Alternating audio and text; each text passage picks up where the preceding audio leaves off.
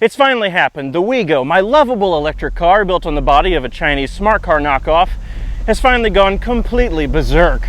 Ha! Who has the reliable car now? Neither of us? You do remember you had to resolder the computer in that thing to get it to work properly, don't you? Yeah, I guess you're right. Okay, I'm sorry.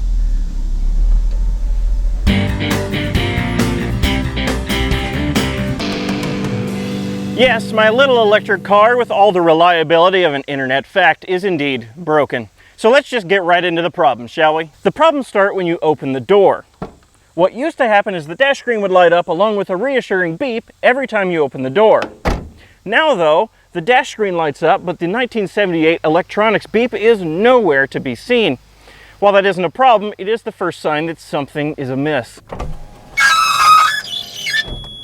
The next problem, and this is a pretty big one, happens when you turn the key to the start position because the dash immediately enters the diagnostic screen and continuously cycles through all of the screens. It's scrolling through these screens so fast, in fact, that none of them are displaying any useful information. For instance, if you can see it, the motor temperature and the temp set point, which is the temperature the climate control is set to, are both well over 1,000 degrees, Fahrenheit and Celsius.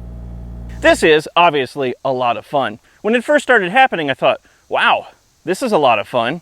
But the car's still drivable when the dash is in its diagnostics display, you just don't have a speedometer. So I attempted to carry along my merry way as usual to the store, just without a speedometer. This is how I discovered the next problem. This is now the top speed of the Wheego. I tell you how fast we're going, but the dash is currently cycling through all of its diagnostic screens, so I can't see the speedometer and I have no idea. However, through my years of experience of moving, I can guess that we're going at about 5 miles an hour. Also, the Wheego now travels faster in reverse than it does in forward, so that's fun. I would like to see if the car is maybe in some sort of limp mode or if it's displaying some sort of error message on the screen, but the diagnostic screen doesn't display that information. The normal screen does, and I can't see the normal screen when I turn the key. So I have no useful information to go on here other than the car is traveling at 5 miles an hour and will do no faster than that.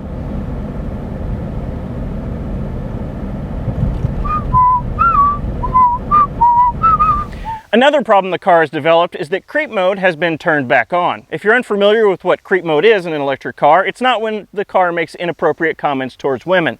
It's when a small amount of torque is applied to the electric motor when you let off the brake to make the car creep forward a little bit to simulate a car with an automatic transmission. I personally hate creep functions in electric cars. I prefer the car not do anything when I release the brake and not touch the accelerator.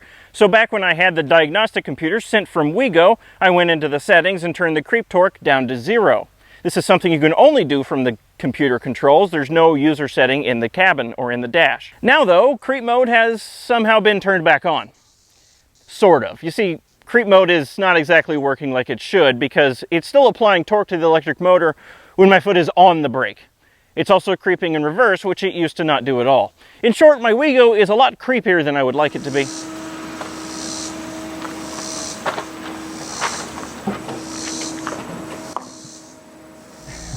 But the problems don't start there. No.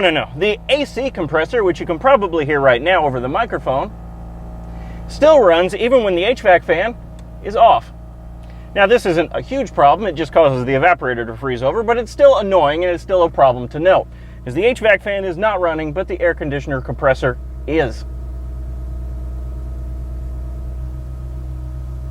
Turn that back on. It's hot out here. Those are, as far as I know, the only problems. As if it's a small amount of problems. The Wheego is fine otherwise, but that's a bit like saying the bread is perfectly fine to eat as long as you avoid all the mold. So what's causing all of these issues?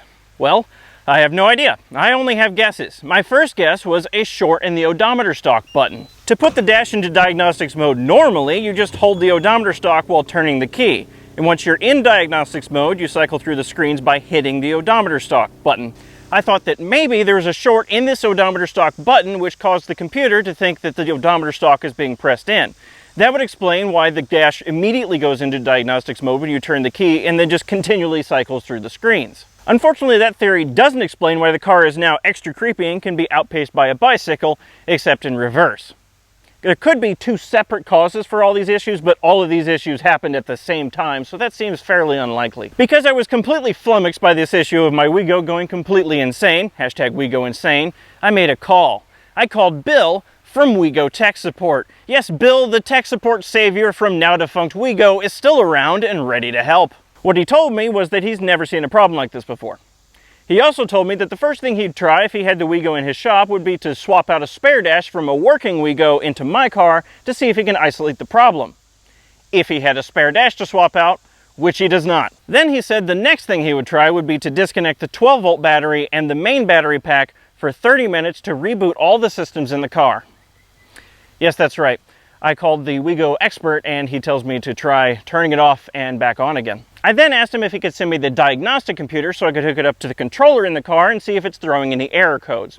I should have figured this, but he told me the diagnostic computer only controls the motor controller in the car, and since my problems seem to be coming from the dash computer, which the diagnostic computer has no bearing over, sending me the diagnostic computer wouldn't do much good.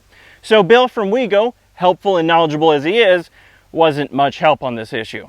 He's an expert, not a genie. So that's where I am. The Wheego is having the car version of a seizure, and I have no idea why or what to do about it.